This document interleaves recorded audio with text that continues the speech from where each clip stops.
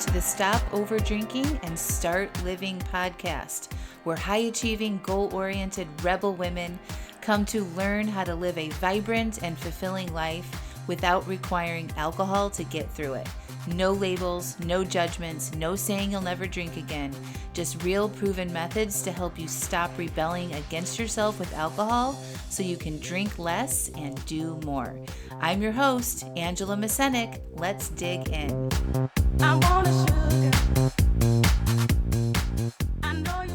Welcome to episode 292, The Beauty in the Process, Why Success is More Than the End Result. Well, hello. Welcome back to the podcast. I am at home in North Carolina, and I am staying put for at least 2 months. I'm not going anywhere.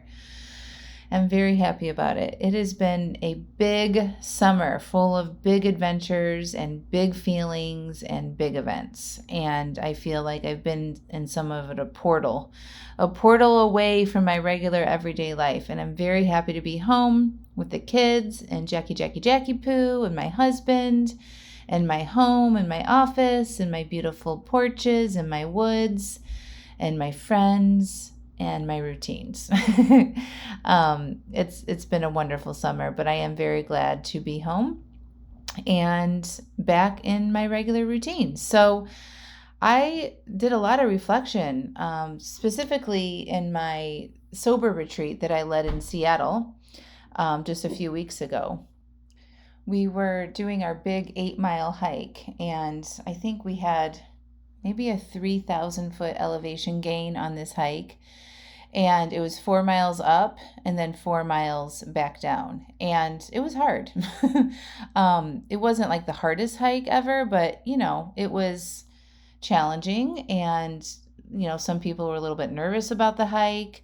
I've done this hike many times in my life. I used to live in the Seattle area, in downtown Seattle. And so I used to go do that hike all the time. And whenever I go back to visit, I like to go out there and do that same hike. So I wanted to include this hike on the retreat.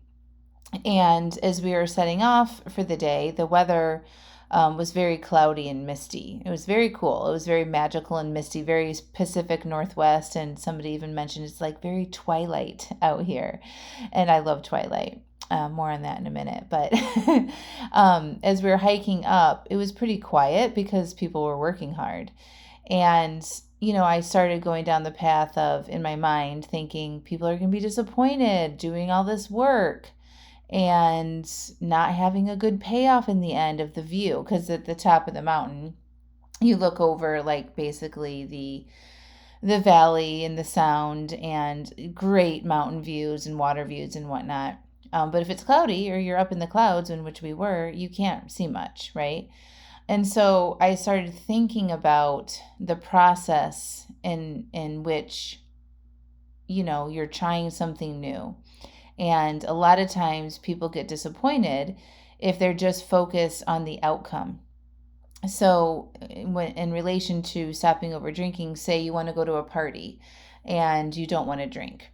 And you get to this party and it's very uncomfortable and people are asking you questions about, why you're not drinking and you're battling urges and all the things, right? And then maybe in the end you don't drink. Maybe in the end you do drink, but you're not real happy about the end result, either in the way you handled it or that you gave in and drank. And on this hike, I was like, it's not really about... This hike isn't about the end result and seeing the view. It's about the process in which you get there, right? Like, who do you become? What do you learn about yourself? What do you have to go through to get to that end result or to potentially see that end result, right?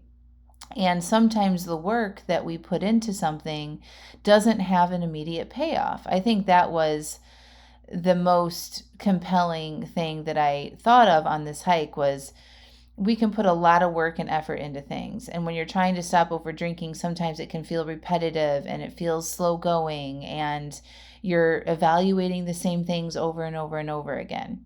But in the future, at some point, you will call on the growth that you've had during this process. You will call on the skills that you have learned during that process. And we just don't know sometimes when that is going to be necessary, right?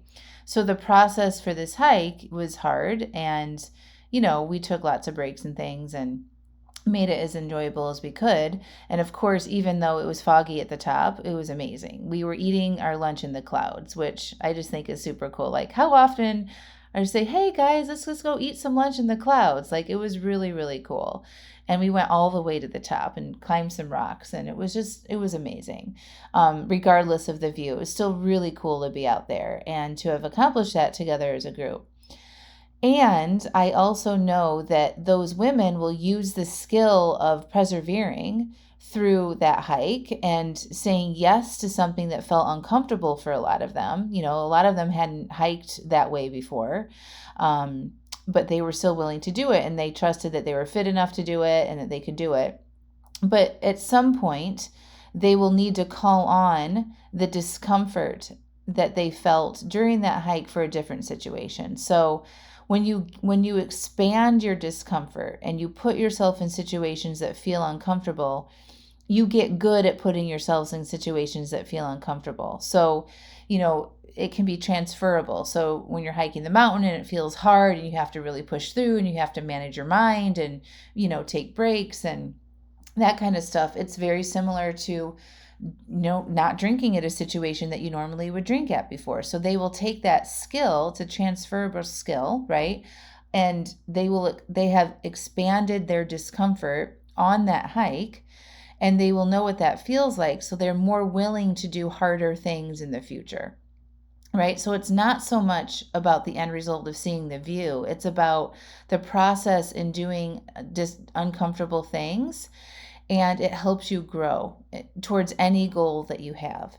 And so if it was difficult and uncomfortable for them for the hike, maybe they can call on the strength that they had during that hike in a social situation that feels uncomfortable. Or maybe it's they want to take a 30-day break from alcohol, and they can call on that discomfort that they felt and managed and worked through and showed up for themselves during that hike and apply it to a bigger goal that they want to have. Or not even related to alcohol, maybe it's a difficult conversation that they want to have with somebody, and that feels really uncomfortable, and they can remember, I did this other thing that was really uncomfortable, and I'm more willing to do this thing. Maybe it's a difficult conversation, maybe it's putting up a boundary, whatever that uncomfortable thing is. They can call on their experience of something like that intense hike to help them realize that they can do hard things and that they can be uncomfortable and they're not going to die. Okay, so getting back to the point of why that is successful, like that hike was successful for everybody because they completed it, because they expanded their comfort zone, they managed their mind around it, they saw the beauty in the process, and they were thankful that they did it, right? It wasn't that we did this hike and I'm going to get this payoff immediately in the end of this magnificent view. It was the process in which they did the hike that was successful for everybody. And even if somebody hadn't finished the hike, there's still success to be found in those situations. Just the thing alone of saying yes to it, like saying yes to the retreat, first of all, it's a big step for a lot of people. Showing up in a city that maybe you're not familiar with people that you've never met before, like that alone expands your discomfort, right?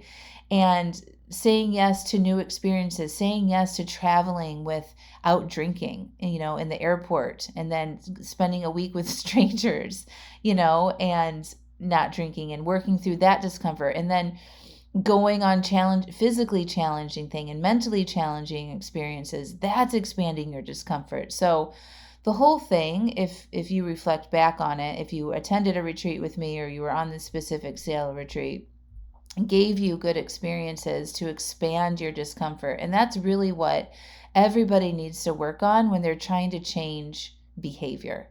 We specifically talk about our alcohol drinking and that behavior here. But if there's anything that you want to change, whether it's your job or a relationship, or if you want to lose weight, or if you want to start an exercise program, anything like that, you're going to have to be okay being uncomfortable. And the more you can put yourselves in situations where you can have some growth and you can expand your discomfort and acknowledge the success in that, is way more important than the actual end result that you're after. And you can learn about yourself and you can connect with yourself and you can acknowledge that you're doing difficult things. You feel empowered. You feel like a badass. You feel like, okay, I'm motivated. I can do this. I can keep going. I can do this next hard thing, right? So I talk about this all the time in my own experience of stopping over drinking and ultimately giving up alcohol, is that process made me stronger. It really wasn't for me about the end result of what my relationship with alcohol looked like. I got to know myself so much in that process. I got to experience new things. I got to meet new people. I got to change my routines. I got to fix some of my relationships. So all of that was way more impactful, and I measure way more success than just the act of not drinking, right? The act of just not drinking is one small aspect of this whole journey.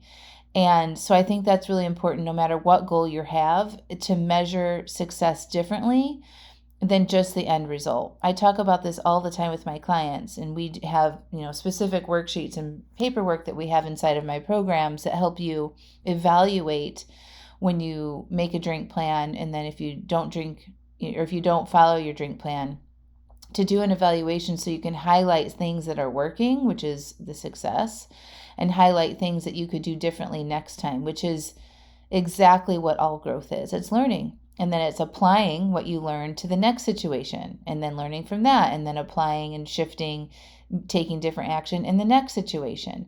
And that process is the act, I think, is what we should be measuring success, is not giving up, learning about yourself, managing your mind along the way, not treating yourself like a piece of shit if it didn't turn out the way you expected, and knowing that every time you put yourself in a situation that's growth, that's a little bit different than what you normally do, is expanding your discomfort and expanding your ability to be in uncomfortable situations and then not turn to alcohol.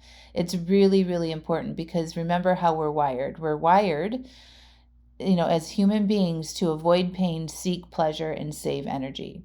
So it goes against our primitive wiring when we try to expand our discomfort. We're literally not meant to do that.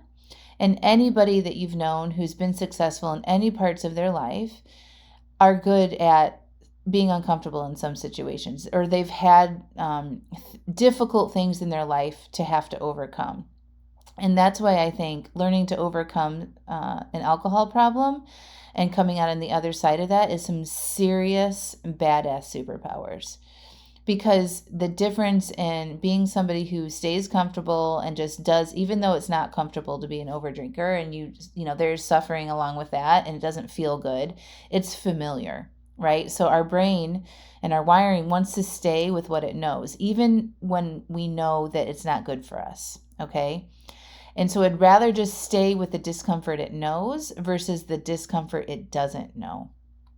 It feels very similar, right? Like it feels, if you're in a situation where, you have an overdrink and you wake up in the morning, you feel regret and frustration, shame, and all of that, that feeling state can feel very similar to the feelings that you have when you show up at a party and you're trying not to drink. You can feel anxious. You can feel you can feel a little bit of shame if people are asking you questions like, what's wrong with you? Or why can't you drink like everybody else? Or any of that kind of stuff, right? If your body feels the same, and your mind can come up with all sorts of loopholes, but the growth that happens when you are doing something different, even though it feels similar, is very expansive, and it changes you, and it actually has a purpose. And that purpose is, again, expanding your discomfort and learning to get to know yourself. And then you're willing to take bigger risks in your life. And then you have an alive AF life. You are doing more things. You're having better boundaries with people. Your relationships improve. Your relationship with yourself improves. And the list goes on and on. So I really invite you to think about the beauty in the process, the beauty in the process of anything that you're doing that's stepping outside of your comfort zone, and focusing on each step along the way and the success that's in that moment of you saying yes to something that's important to you, instead of just focusing on, I just can't drink, I just can't drink, or whatever your goal is, right? I just need to get this job, I just need to end this relationship, whatever it is. Focus on the steps that you are taking towards that goal and highlighting your wins along the way and what that expansion of your discomfort is going to do for you.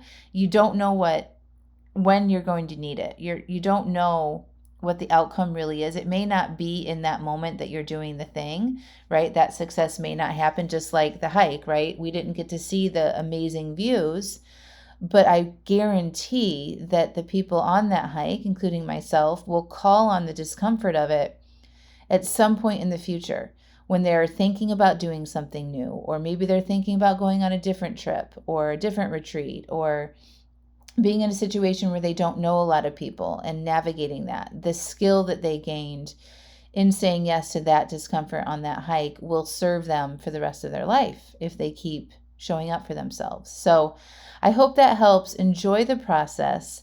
Don't focus so much on the end result, but trying to find success along the way, and you'll have more fun. I promise. You'll have more fun. You'll get to know yourself better. And that's the relationship that you really want to focus on, is the relationship with yourself, and expanding that discomfort so that you can go on to do bigger and better and grander things.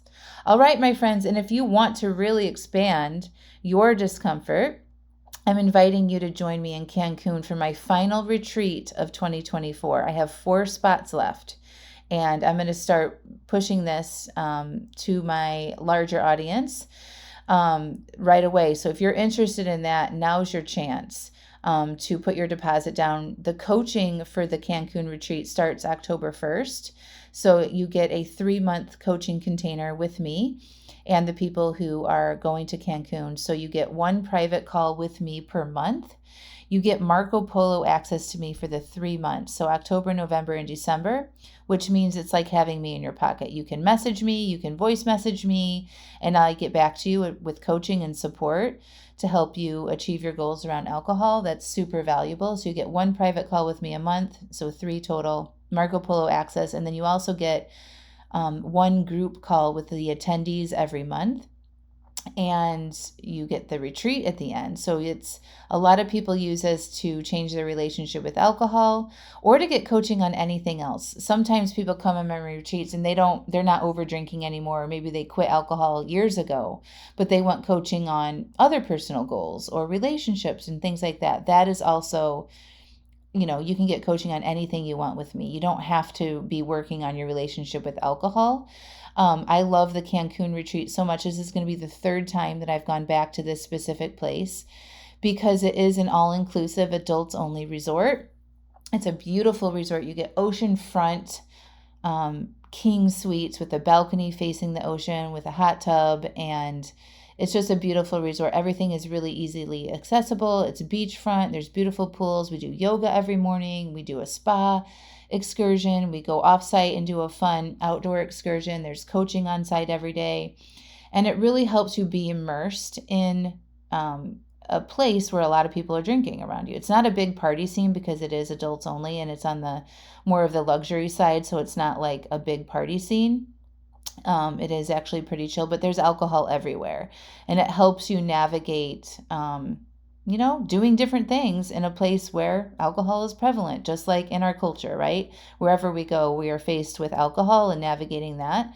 And I think it's an awesome opportunity to change your relationship with alcohol, to go on a sober retreat with like-minded people, all working on the same things, and have support so that when you leave that retreat, you know that you can do anything. It will definitely expand your comfort zone, and you will have fun, and you will see what this lifestyle can be like and not have to suffer through it.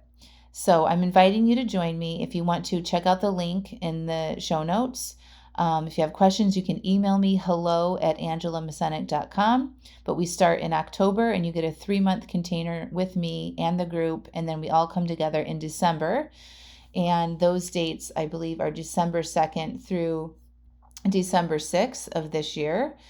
And it's awesome. You come and we spend 4.5 days together, and you will leave, and then you'll have almost a whole month of support after you get home from the retreat to integrate what you learned there and to set yourself up for success going forward. It's perfect around the holidays as well. So I can't wait to see who grabs these last 4 remaining spots. Again, if you have any questions, you can email me, hello@angelamascenik.com, and I will talk to you all soon. Bye for now. I want you to check out angelamascenik.com/aliveaf. You know what it's like to have a desire to cut back on your drinking, right? You start to read books, listen to podcasts, try things, but you might not be able to yet put all the pieces and suggestions together in a way that actually makes sense and works for you. You might struggle with beating yourself up after an overdrink. You might get frustrated with yourself when you take 2 steps forward and then another 2 steps back, and get overwhelmed with what's right and wrong about your relationship with alcohol. Your friends tell you that you should be able to have just 1 drink, and it isn't a big deal. You might be white-knuckling through urges and resisting instead of peacefully processing them. And you might struggle with your identity as someone who has enjoyed having a lot of wine or alcohol in your life. It's around you all the time. It's what you do and who you are. Well, after 5 years of successfully coaching hundreds of women through these struggles, I have created the Alive AF membership, where women like you can learn the basics on what it takes to cut back and reach your goals with alcohol, whether it is to just drink less or totally quit. And when you join, you will get the exact framework I used to change my own relationship with alcohol and still use today, that has led me to be alcohol-free for over 5 years. You're going to get access to my resources, videos, and worksheets that have been proven to change and reduce how much you drink. Every day you can ask questions, share your obstacles, and get coaching and direct support on the challenges you will face with love and no judgment. Also, you will get immediate access to workshops like uncovering your alcohol identity and changing it, how to say no to things that don't support your new identity or life or goals, aka boundaries. A workshop called Creating Emotional Agency, and another one, How to Manage Your Mind to Succeed at Your Goals, and more. Every month we have a brand new workshop. These workshops are filled with step-by-step prompts and instruction to help you create the exact relationship with alcohol that is best for you. My mission and vision for Alive AF is to be a hub of support and resources for women to come and learn how to do what is best for them and becoming more alive in the process. When you join, you're going to learn how to take care of yourself better, how to feel good and become more alive and go after the life that you really want. I want this membership to be affordable and an easy solution where you can get all the help you need in one simple place whenever you need it. So, no need to go read another book, find a new podcast, attend a free webinar, or go down the path of piecemealing it all together. Join Alive AF and have it all there in one place for you anytime you need it. So, go to angelamascenik.com/aliveaf, and enrollment is open right now. See you inside.